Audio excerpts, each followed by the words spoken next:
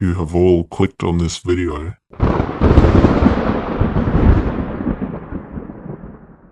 to witness true horror. One scary blue bird.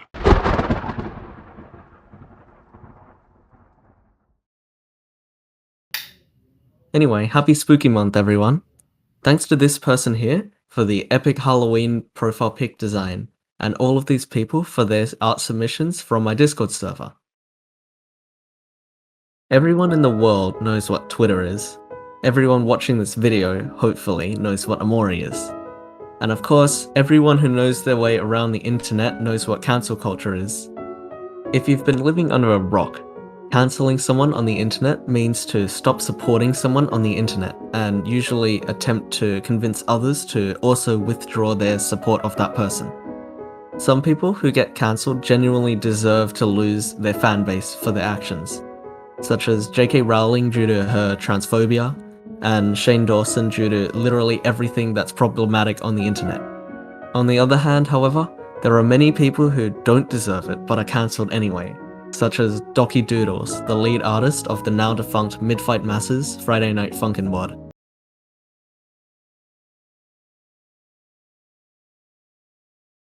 Of course, Omori and Omocat can't escape the oppressive grasp of Twitter cancel culture either. So let's talk about that. I'll be going through 2 Twitter threads attempting to cancel Omocat and Omori respectively, and debunk them to the best of my abilities. The Omocat stuff might be news to some, but every person and their mother who's been an Omori fan since April should know what the Omori controversy is about. Please note that I will try to conduct this analysis as objectively as possible. However, I will get somewhat opinionated in this video. Also, please do not send any hate to any of the people shown in this video. We don't need to add to any more fandom toxicity. This video was originally going to be much longer because I was also going to talk about NSFW Omori material on Twitter, but I don't really feel comfortable speaking on these topics, as well as the fact that it's hard to accurately get a hold of sources due to continuous uploads of this stuff and users privating their account left and right. Alright, and I actually want to make money on my video. With all that being said, let's get going. Hold it! Like and subscribe or I will cancel you on Twitter with my less than 30 followers. Also, I would really like to hear everyone's opinions on this contentious subject matter in the comments. Now let's get going.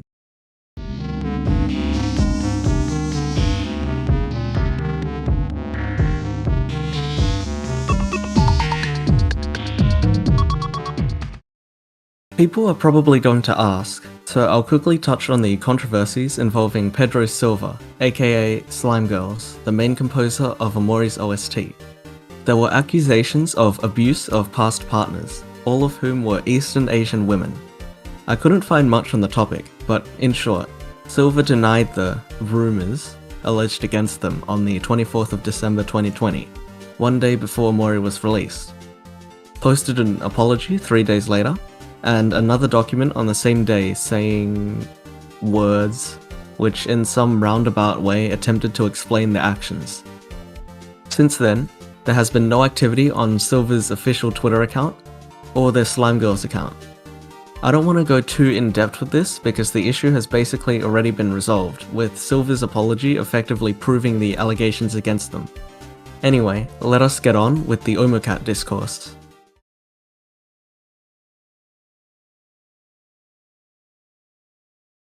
The Omocat-related controversies began all the way back in 2013, but this Twitter thread here shines light on that situation, so let's talk about this.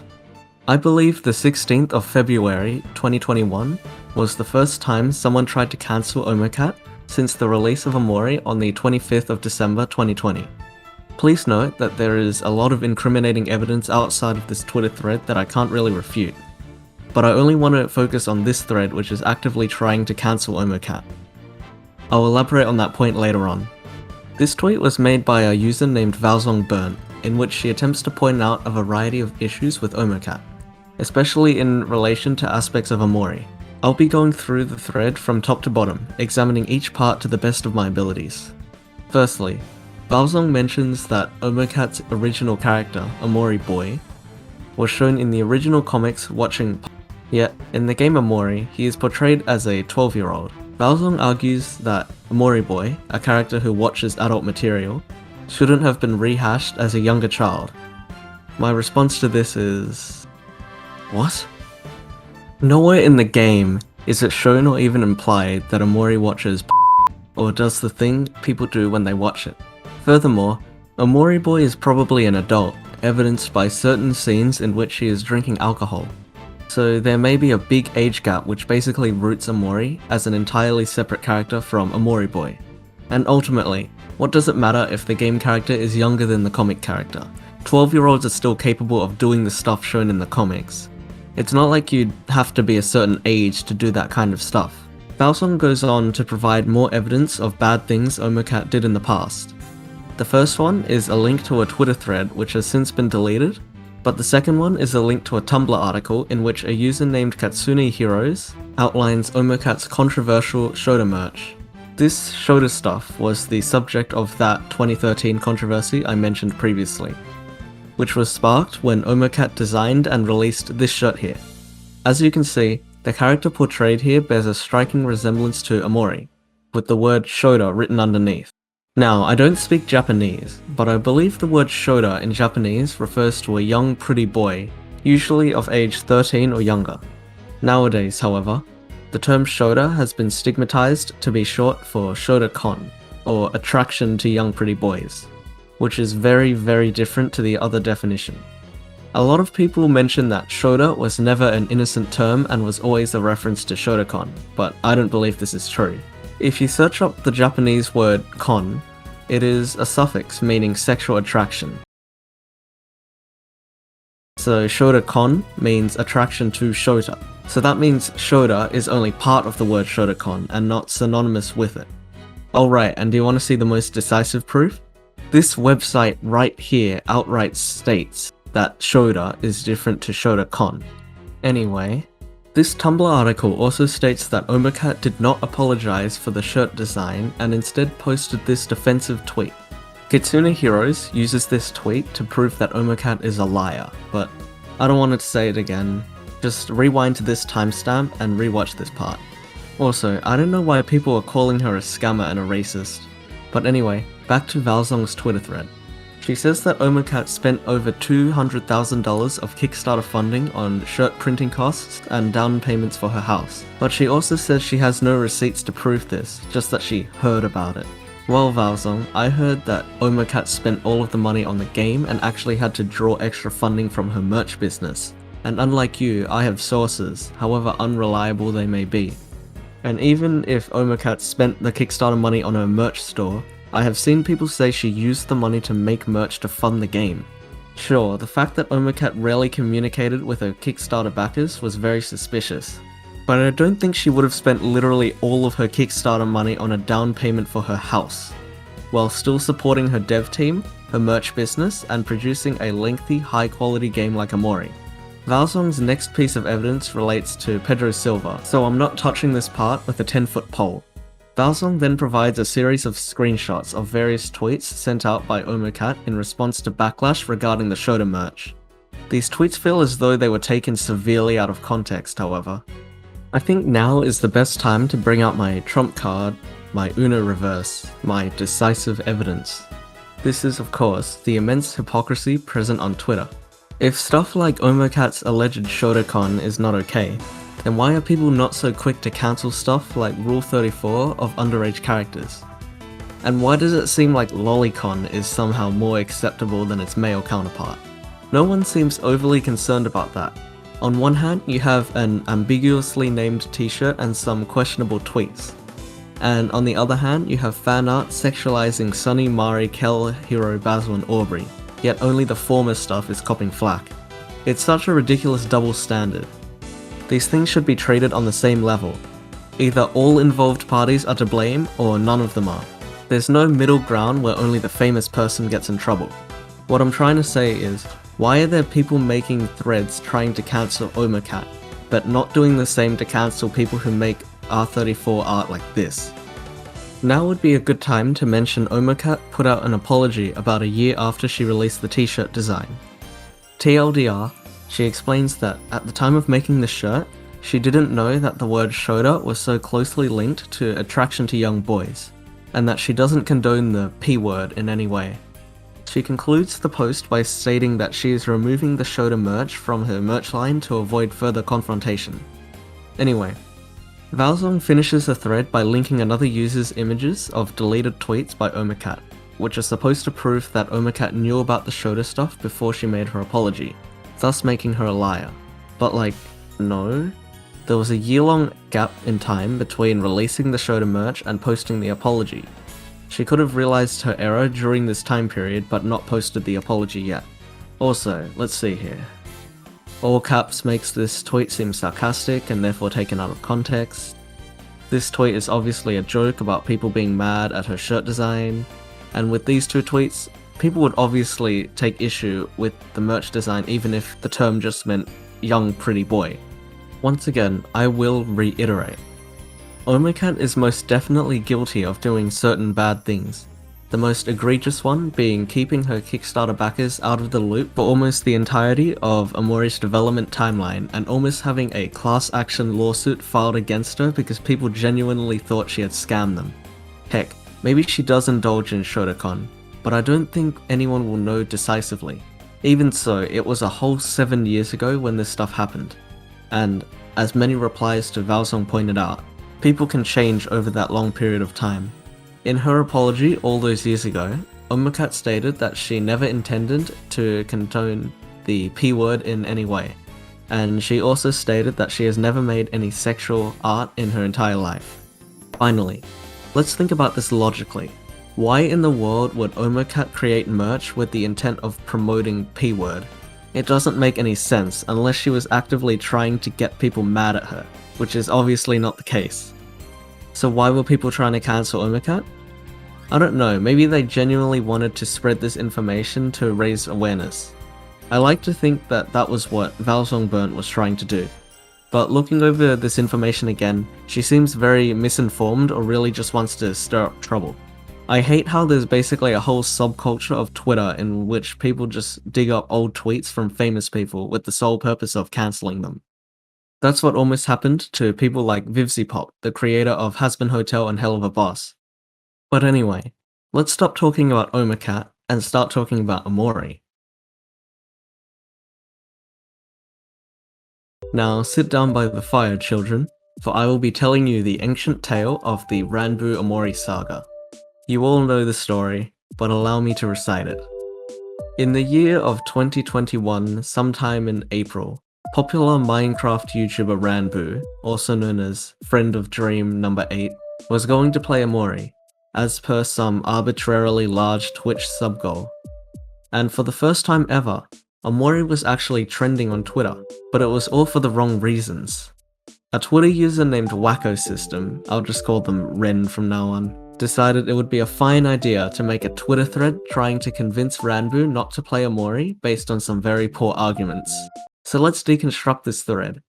Ren's main argument is that after the death of his sister Mari, Sunny developed a mental condition known as DID. According to Google, DID, or Dissociative Identity Disorder, is usually a reaction to trauma as a way to help a person avoid bad memories.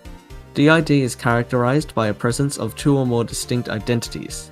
Each may have a unique name, personal history, and personalities.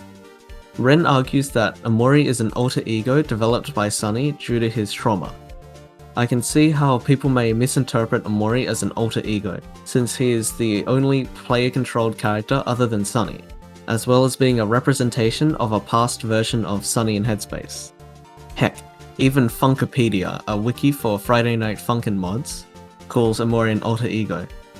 While I do agree that Omori is sort of a secondary counterpart to Sunny, he is not an alter ego or split personality. Omori is a symbolic personification of Sunny's depression and guilt from killing Mari, and his goal is to repress any memories related to the death of his sister. I feel like Ren is pulling their arguments from the fact that Sunny is absorbed into Omori during the bad ending and the Hikikomori route, implying that Omori has taken over as their dominant ego. But giving in to Omori isn't allowing Omori to take over his body. It's a representation of Sunny succumbing to his guilt and depression and allowing such negative emotions to control him and repress his trauma, ultimately leading to either his suicide or the continuation of Headspace. If anything, Sunny is actually displaying symptoms of dissociative amnesia, a condition in which someone loses their memory of important information, particularly in relation to a traumatic event which may have caused the illness. I'm not too qualified to talk too in-depth about mental illness, so you should go check out Daryl Plays Games, who made a phenomenal video on this topic, going into detail about how Sunny is most definitely suffering from DA, given the repression of his trauma and the fact that he has triggers which can cause him to recover lost memories. Basil sort of acts as the trigger that brings fragments of Sunny's past back to him. And we see this with real dissociative amnesia as well. Oftentimes, the way people discover that they even have missing memories of a trauma to begin with is because they re-encounter something very specific about that trauma. Anyway, back to the tweet. Ren further goes on to explain that Omori becomes more violent towards Sunny as the trauma is repressed. I know this sounds like a nitpick, but this is also objectively incorrect, since it is actually the other way round. It should be, as the trauma is revealed, Omori becomes more violent towards Sunny. Blackspace is a realm in which all of Sunny's most repressed, horrific, and surreal thoughts are held. So by exploring the area, Omori is ensuring that Blackspace is under his control, as indicated by his seating himself on the throne of hands, thus proving that he is trying to keep the truth repressed. If we view the story the way Ren explains it, Omori is actually the good guy who wants Sunny to find the truth. Does that mean Omori is actually Stranger? Anyway, I'll give the OP the benefit of the doubt by brushing this off as a mistyping. Let's keep going.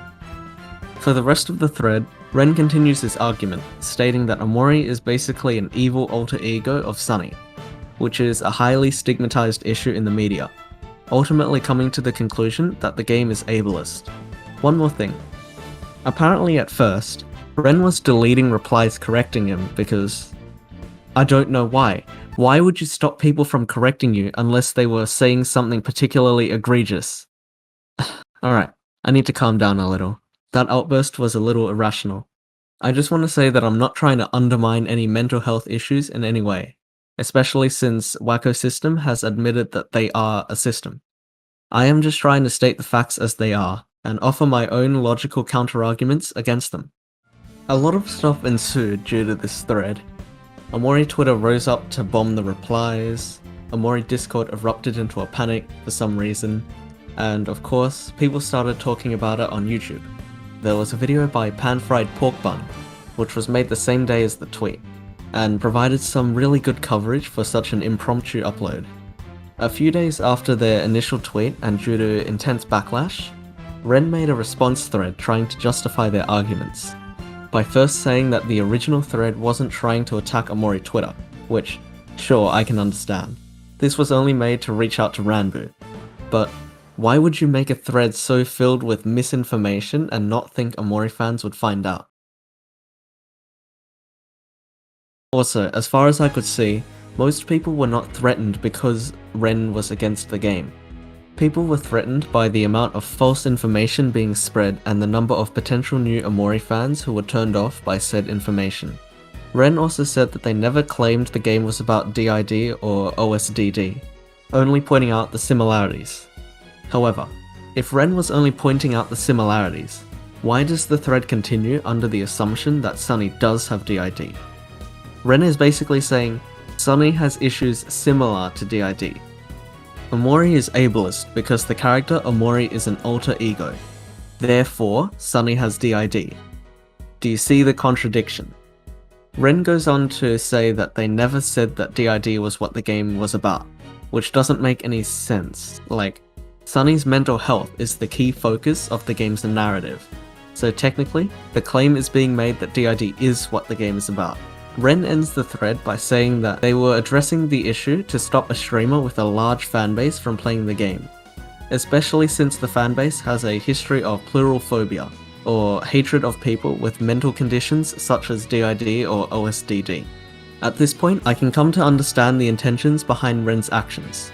If there are people in Ranbu's community harassing those with mental illnesses, then they shouldn't be within a 10-kilometer distance of Omori, which portrays some pretty serious themes surrounding mental health.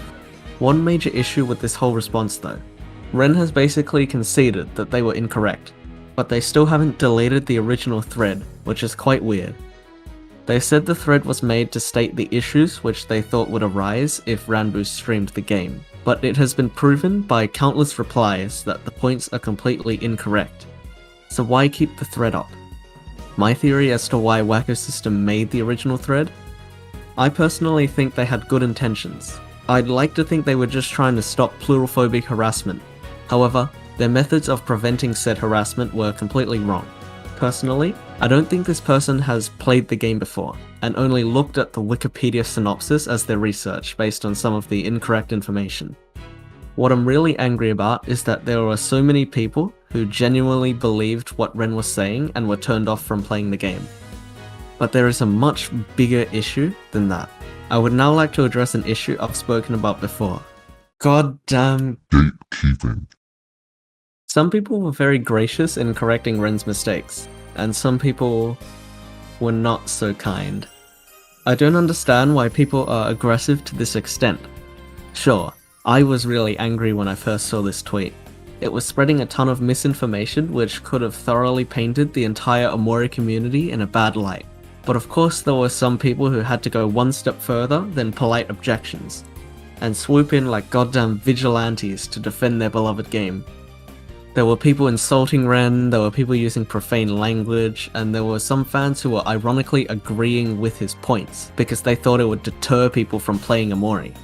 Like, I dislike this thread as much as the next average Omori fan, but this level of gatekeeping is basically the reason why some people think the Omori fandom is toxic. Finally, I would like to talk about the impact of this specific controversy on any content creator who would want to play Omori in the future. It scares me to think that bigger YouTubers like Jacksepticeye or Markiplier might consider playing the game, but discover this Twitter drama and decide not to, for fear of potentially causing a divide in their fanbase. As for Ranbu, well, he ended up not playing Omori because of all the drama, instead opting to play Night in the Woods, which, in my opinion, was also an odd choice, seeing as that game is also focused around mental health. All in all, trying to cancel Omocat and Omori was a really stupid idea.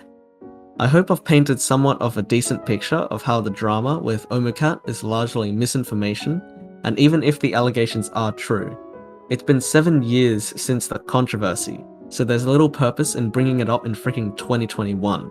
The Omori ableism controversy was pretty infuriating and complete misinformation, but in a way it is also almost sort of kinda excusable, because the OP was trying to spread a cautionary message, even though said message was completely incorrect. Actually, yeah, that thread is BS. Thanks for watching the video. If you liked the video, be sure to like and subscribe and all that arbitrary stuff. If you have thoughts or anything to add, please comment it below. I want to see some discussions. Finally, feel free to join my Discord server. As I said at the start of the video, I had a small Halloween art competition hosted there, so join if you want to participate in future events. Again, thank you for making it this far into the video, and I'm gonna go and commit Oyasumi.